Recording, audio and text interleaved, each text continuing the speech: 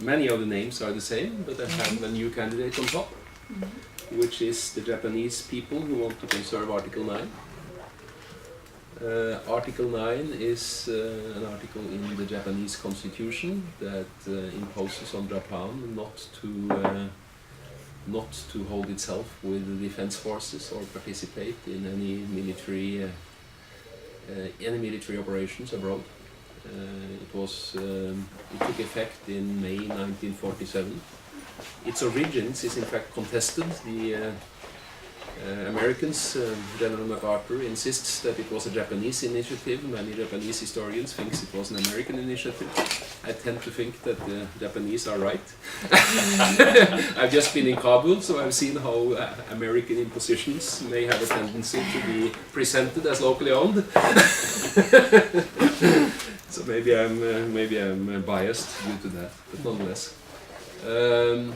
This constitution clause has been reinterpreted quite creatively over the years, but nonetheless, I would say when I choose to put it on top, it's for two reasons in particular. One is that the current government, the Prime Minister Abe, is challenging the very spirit of the clause. He has taken up an initiative to reinterpret it quite fundamentally. Again, in fact, under considerable American pressure to do so. Somehow the Americans are on the other side from what they were in 1947. The second reason, which is the more principled and more important reason, is that in many ways Article 9 encapsulates the spirit of what one might describe as the East Asian peace. The fact that certainly after 1979 East Asia has been a part of the world that's been peaceful, but also the East Asian economic miracle. Because in fact what Article 9 did was to direct resources away from the military towards industrial growth. It allowed the Japanese to insist on not becoming involved in the Korean War. The Japanese did support the American effort in Korea financially and with its industrial capacity, much of which was generously compensated by the US, and thereby this became the precursor of the Japanese economic miracle. So when today you hear North Korea over a number of years having held itself with the dictum that it should be military first, something that's actually recently been revised, but nonetheless, that speaks directly to the spirit of Article 9 in the Japanese constitution, where it actually was the opposite, the economy first. And then when it comes to the military, it's only self-defense. So a number of groups in Japan has taken it up to speak out for protecting an Article 9. There could be different candidates, in fact, amongst this group, but the one that I think has been most active, not the least in getting a nomination, we know for a fact they have been nominated, is the Japanese people who conserve Article 9. Not necessarily the group that carries the most famous individuals. There is one, for example, in which the Japanese author Kensu Abore is a prominent voice. So there are a number of different groups, but I think it would be rather interesting. And one issue here is, of course, whether an article in a constitution can merit a Nobel Prize. The answer to that is no, it can't, but the groups who lobby for its preservation can. They're a legal subject. So I won't talk long about the other candidates, because the other candidates are less original and certainly not new. Second on my list is Edward Snowden. I think he's been widely discussed, so we can rather leave that to the question round. Number 3 is the Russian newspaper Novaya Gazeta. Here I've been going a little bit back and forth between them and Echo Moscow, but landed on Novaya Gazeta. And I think with the current situation in Russia, it's quite self-evident why it is that you would want to throw a light on the freedom of the press in Russia. And one may even ask whether the Nobel Committee has in some ways made an omission by not throwing a light on developments in Russia earlier, when we'll see where Russia is today. Fourth on my list is Denis Mukwege, and fifth on my list is Malala Yousafzai. Well, just a comment on this Japanese organization and Japanese people and Article 9. If they really award the Peace Prize to this organization or Japanese people, they will in a way correct the mistake they made in 1974, giving the Peace Prize to Sato, the Prime Minister of Japan, which was one of the failures of the Nobel Committee. It was a campaign, very cleverly done, and Sato awarded the prize for being against nuclear weapon, which he wasn't. So it's been revealed by in the later years that this was a very successful campaign administered by the Japanese ambassador in the US. So if they and the Japan or the whole of Japan laughed, I mean they said what's going on, and the Swedish ambassador said we have nothing to do with it. So this is considered together with the prize of Kissinger and Sato the real failure of the Nobel Committee, at least among historians. Well, we have in fact Malala, Nobeliana, we have Malala number 1 on our list. That's because last year I said that she was far too young to receive a Peace Prize, but I've changed my mind. After seeing her performances here in Norway, for instance, on Skavlan, famous television show, and she was here in June and she spoke publicly. And considering the situation for young women, especially in Muslim countries around the world, we had the arguments in favor is the kidnapping of the girls by Boko Haram in Africa. We have the ISIS, the IS of the treat young women, and we had also this demonstration in Norway. If you think of the Norwegian connection, the 3 Muslim girls who organized this demonstration against IS in August. So this would be a popular prize, at least in Norway and the Western world. Of course, you had this would be a humanitarian prize, but I think it's quite popular. What's against it is that she's still very young, she's only 17 years. But Lundestad said there's no age limit for receiving the Peace Prize. Another thing against it is that she will be an even more wanted target by extremists if she becomes a Nobel Prize winner. And not surprisingly, we have Edward Snowden as number 2. We can discuss that, but to my surprise, I must say that, for instance, editorials in Aftenposten and several Norwegian newspapers. Dagens Næringsliv. Dagens Næringsliv, that's right. Dagsavisen, Dagbladet, and also lawyers, both international and Norway, have campaigned for his prize. So I think they really have discussed Snowden in the committee. There are, even if I am at the Nobel Institute, there are very few leaks, but I know it has been discussed. Number 3, we have the ILGA, International Lesbian, Gay, Bisexual, Trans and Intersex Association, with 1 Russian, 1 from Uganda and 1 from Nepal. And this is also, I mean, if you look at the Norwegian connection, you have they're nominated by Labour politicians, gay Labour politicians, as far as I know. And you have this Europride parade in Oslo this summer, with a lot of, not a lot, but some prominent politicians, Norwegian politicians, participating. And this would be a humanitarian prize, and of course under the Brotherhood of Man, I mean, campaigning for equal rights for all people, regardless of their sexual orientation. So, and then what I have heard you are so eager about, the Pope Francis. I very much doubt that, to be honest. He's not on my list anymore, I noticed. He's on your list now, so you have to be the one to defend him. I'm not defending him. But I noticed that he is number 1 on the odds list. Yeah.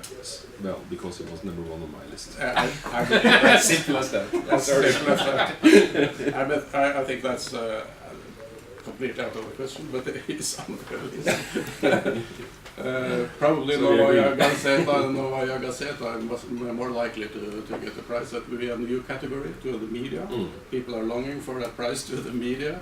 And I mean, Novaya Gazeta, in the current situation between the West and Russia, it's easier for the Nobel Committee to award such a prize. Because the situation between Russia and Norway is already strained. What's against it is, of course, that we have this special. We have Mr. Stoltenberg now being the head of NATO. So, of course, he will have we have a problem because the Russians obviously also, like the Chinese, would say this is an act of. Confirmed by the Norwegian government, and we have this situation with the cooperation between Norway and Russia in the Barents area, and the relations have been very good. I mean, there is some special relation between Russia and Norway. Everyone who's traveled in Russia knows that, and they say, we've never been to war with Norway. Norway is always very romantic here, but nevertheless it's there. So, but it could be possible. Dennis Mukwege, he was my favorite last year. I doubt it. I have a feeling that the advisors' reports are not perhaps negative, but not good enough. In which way? No, it's a humanitarian prize. You have a lot of other people doing the same work and so forth. I have heard rumors. I think I can't really understand it because that would be to lift the searchlight of media on a somewhat forgotten conflict with millions of victims, and he's really done a good job. So I hope I'm wrong. It will be a very prize I'd be in favor of. So that's what we put on our list. You have, but I'd like to add, there are 278 From happening, cyber war, not physical war, and the committee decided to award it nonetheless. This was absolutely known, absolutely predictable. So you may, it's clearly an argument that the committee has been able to act independently from Norwegian interests. But I think Asle is right. There is, of course, a value system underlying here. And I think what's interesting right now is we are in a period, probably, of world history, where we are seeing new types of normative confrontations. So whereas, 10 years ago we would speak about the universal value system, the way we think about peace and security as if it was universally shared, what we currently see is that it's being challenged from Russia, it's being challenged from China. We see competing normative systems. And to my mind, the Chinese reaction towards the prize to Li Xiaobo should be read in that context. Because our understanding, for example, of our responsibility as citizens of the world to object when China represses its citizens does not coincide with Chinese perceptions of sovereignty. Giving a prize to Li Xiaobo to the Chinese is clearly overstepping what they see as a fundamental principle of international right. They haven't taken in the whole debate on human security, responsibility to protect. They don't buy any of that. Their perception of this is entirely different. And that's what the reaction to the prize to Li Xiaobo is about. So we're going towards a new type of normative confrontation, and we're already seeing. Only the president of the parliament should be present, because it's, the Nobel Committee is appointed by parliament. So get rid of the royal family, get rid of government members. This is Parliament's committee and the peace president. It will not happen, but I mean that would be. It's very. It's easy to understand that, seen from abroad, that this is a prize totally independent of Norwegian government or Norway as a state, when the royal family sits there, and the whole symbol is Norway handing out the peace prize. Sure. This is impression out on the continent, so nobody And in Norway as understands. well. Well, but it should be perhaps in a, you could write a good article to We have written, you Norwegians go to Nobeliana.com, it's there. Yeah. It's on our website, but it's totally unrealistic. Yeah, you must go out and perhaps Startbladet or VG with the heading, as they did now with this, what was it, the king should invite to wine or things like that with the UN. Then everybody looks IOC, yeah. Yes, on that as well. We still have time for 1 or 2 questions, if you want. Just maybe one sum up. Yeah. Having listened to all of your rationale, and you share some people on your list, the Russians maybe have the bigger, seem to have the bigger vote here, even though you have Snowden above your Russian candidate. But it comes through that you're basing a lot of this on how the committee might be thinking in terms of influencing current politics or current situations. Instead of making a reward to a person or an organization that has done the most in the past year for peace. So where, of all the candidates that you have put forward, which one do you think really has contributed to peace in the world? To peace, I mean, it's Brotherhood of Man also is there in the Nobel's will. So,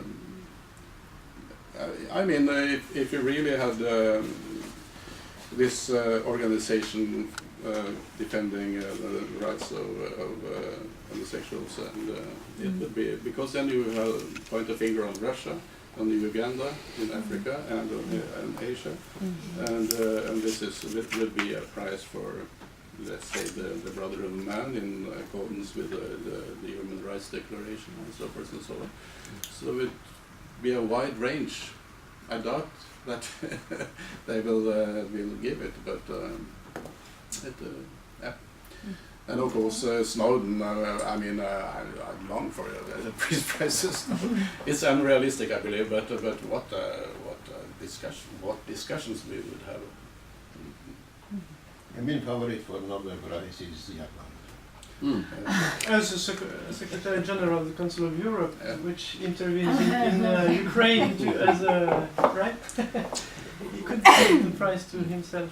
Well, members of the Nobel Committee have been nominated in that was in the 1920s. Wow. So that was because we know that from the diary of Halvdan Koht, the later Prime Minister. And one member was nominated by another member. I actually think all of the candidates I have on my list have contributed significantly to peace in one way or another in the course that has passed, and I've taken that as a premise for who it is that I nominate. So there's nobody here who is rewarded singularly for their aspiration. They are actually nominated for what they have contributed, but I'm reading the strength of their candidacy in the light of what impact history, so to say, Nobel Peace Prize will have at this particular stage. I'm probably even less optimistic about the homosexual and lesbian campaign, their chances than Asle is. But that's partly because I think a sensible argument, despite what's said about brotherhood between nations in the will, a sensible argument needs to be made that links the peace, the prize, clearly to its contribution to global peace. Anybody from South America on your radar? Well, you know, I've had Paz, the Guatemalan prosecutor on my list last year. I think last year was a better year for her than this year. And, you know, definitely it's a good question, because Latin America hasn't seen a prize coming its way for years and years. I'm really struggling to find the right candidate. Hope. And you also have these negotiations between in Colombia, where Norway is involved in negotiations going on in Havana But But that's been awfully slow and yeah, very slow. unspectacular. No decisive results so far. I have to admit, when I posted my list on the 1st of February, I was expecting that the revisions would actually include Colombia. But as Asle says, the progress have been much lower than we had expected, and it's premature.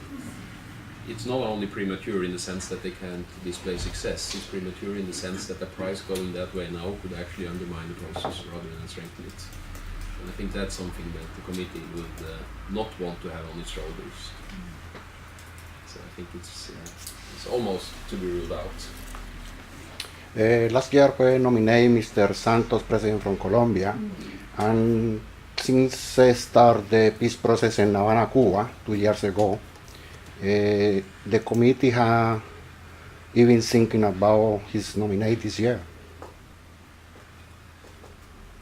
Yeah, no, this is what we just discussed. I think Santos, if the peace process had moved a couple of steps further, would have been a very strong candidate. He would probably have figured on top of my list if the peace process had come a couple of steps further. But it hasn't, and I really think there is a high potential now, given the political climate in Colombia, that a peace prize to Dos Santos could weaken the peace process rather than strengthen it. So I think that's something the committee would absolutely want to avoid. They would be very, very, very concerned about having that responsibility. So for this year, it's not in the list. Next year, maybe. Okay. Maybe I next hope so. year, yeah. Because it's since 1992, Enrique was the last from Latin America, so I'm sure that the committee have their eyes on that continent. But And then, of course, peacemaking is also always very high on the issues that the committee would prioritize when they hunt for good candidates. So Myanmar could have been another example, but there again progress has been slow, and in part what we have seen is actually a return to violence and war, even by the government, which makes it very difficult to applaud any of the possible candidates.